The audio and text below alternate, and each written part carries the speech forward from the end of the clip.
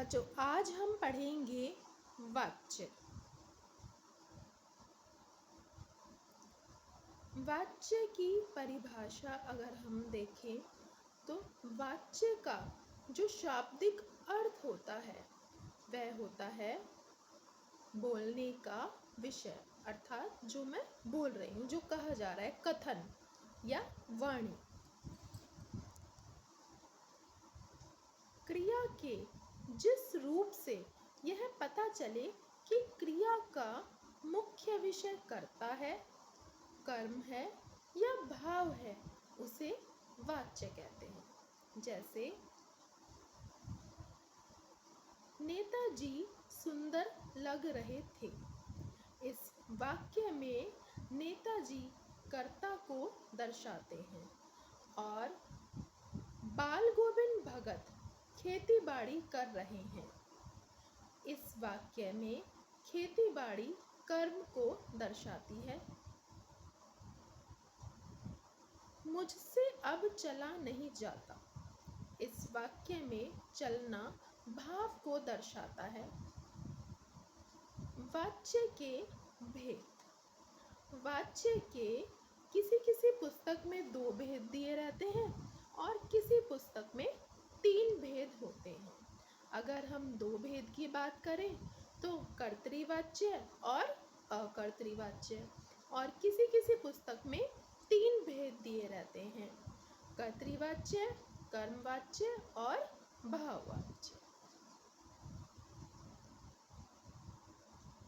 कर्तृवाच्य की परिभाषा। कर्तृवाच्य में होता क्या है? कर्तृवाच्य जब वाक्य में कर्ता की प्रधानता होती है, मतलब जब क्रिया का संबंध कर्ता से हो तो वह वाच्य कर्तृवाच्य कहलाता है।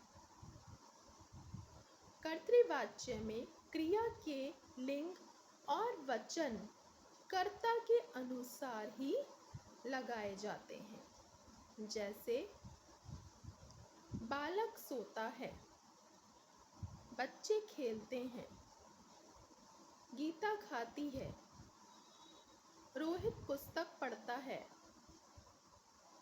हालदार साहब ने पान खाया। बालक सोता है, इस वाक्य में जो क्रिया है आपकी वो बालक के अनुसार है और बालक एक वचन है। सोता है क्रिया बालक के अनुसार आई है। दूसरे वाक्य में बच्चे बहुवचन शब्द है तो क्रिया खेलते हैं बहुवचन के अनुसार ही आई है। तीसरे वाक्य में गीता स्त्रीलिंग है और वाक्य में क्रिया खाती है गीता के अनुसार ही प्रयोग की गई है। इस प्रकार यह स्पष्ट हो जाता है कि जिन वाक्यों में क्रिया कर्ता के अनुसार होती है वहाँ कर्तृवाच्य होता है, अर्थात कर्ता की प्रधानता होती है। अब आइए देखते हैं कर्मवाच्य। कर्मवाच्य की परिभाषा क्या है? जब वाक्य में कर्म की प्रधानता होती है, मतलब जब क्रिया का सीधा संबंध कर्म से होता है तो वह वाच्य कर्मवाच्य कहलाता है। कर्मवाच्य में क्रिया के लिंग और वचन कर्म के अनुसार ही लगाए जाते हैं। जैसे गीता द्वारा गीत गाया गया, पतंग उड़ रही है, रोगी को दवाई दे दी गई है, ड्राइवर द्वारा जोर से ब्रेक मारा गया, रीता द्वारा गीत गाया गया। वाक्य में क्रिया गाया गया गीत के अनुसार आई है। दूसरे वाक्य में देखिए, पतंग उड़ रही है, पतंग कर्म है और क्रिया उड़ रही है जो पतंग के अनुसार ही आई है। दवाई कर्म है और क्रिया दे दी गई है, क्रिया का प्रयोग दवाई के अनुसार हुआ है। ड्राइवर द्वारा जोर से ब्रेक मारा गया। इस वाक्य में इस प्रकार यह स्पष्ट हो जाता है कि जिन वाक्यों में क्रिया कर्म के अनुसार होती है तो वहाँ कर्मवाच्य होता है। आगे देखते हैं भाववाच्य। भाववाच्य की परिभाषा क्या है? जब वाक्य में कर्ता या कर्म के बदले क्रिया या भाव की प्रधानता होती है तो उसे भाववाच्य कहते हैं।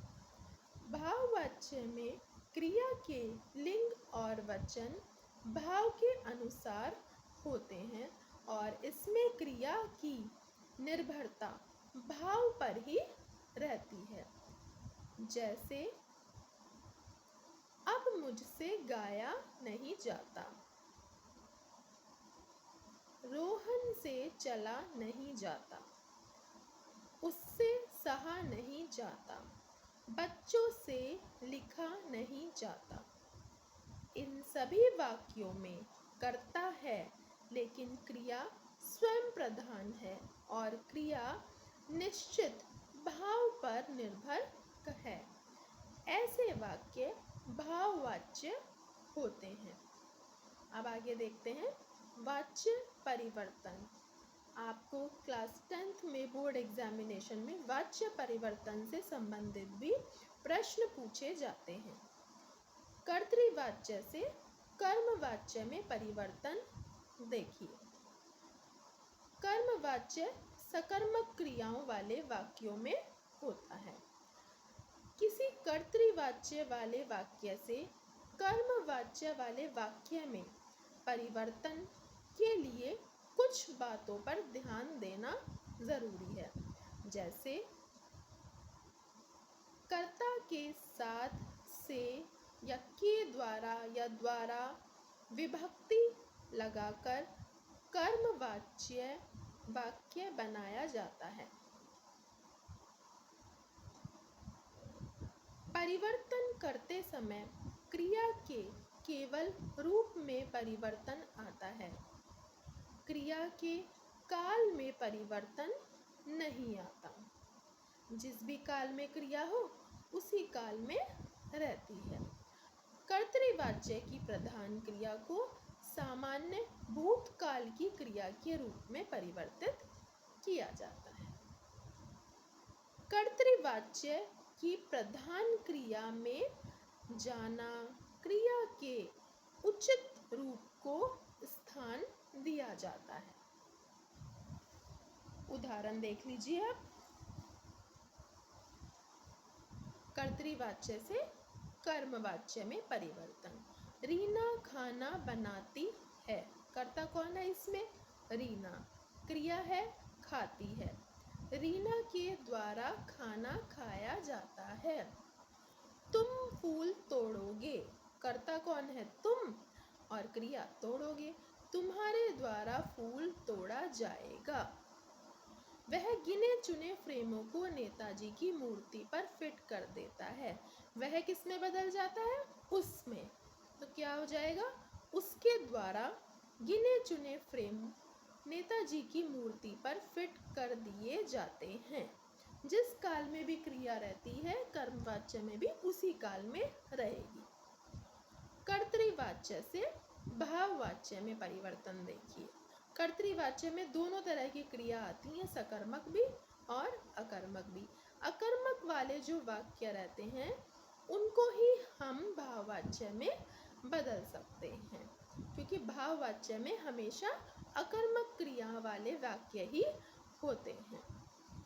कर्तृवाच्य वाक्यों से भाववाच्य वाक्यों में परिवर्तन करने के लिए कुछ बातों का हमें ध्यान रखना होता है। जैसे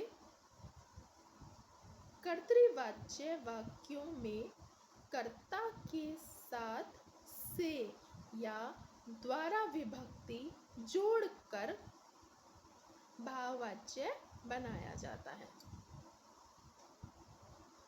कर्तृवाच्य में वाक्य की क्रिया को ही वाक्य का कर्ता बना दिया जाता है। जाना क्रिया के रूप कर्तृवाच्य के काल भेद के अनुसार जुड़कर भाववाच्य वाक्य का निर्माण करते हैं। भाववाच्य वाक्यों में क्रिया हमेशा अन्य पुरुष पुल्लिंग और एक वचन में रहती है। उदाहरण देखिए,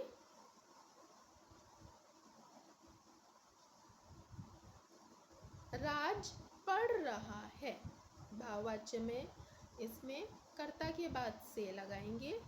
राज या द्वारा भी लगा सकते हैं।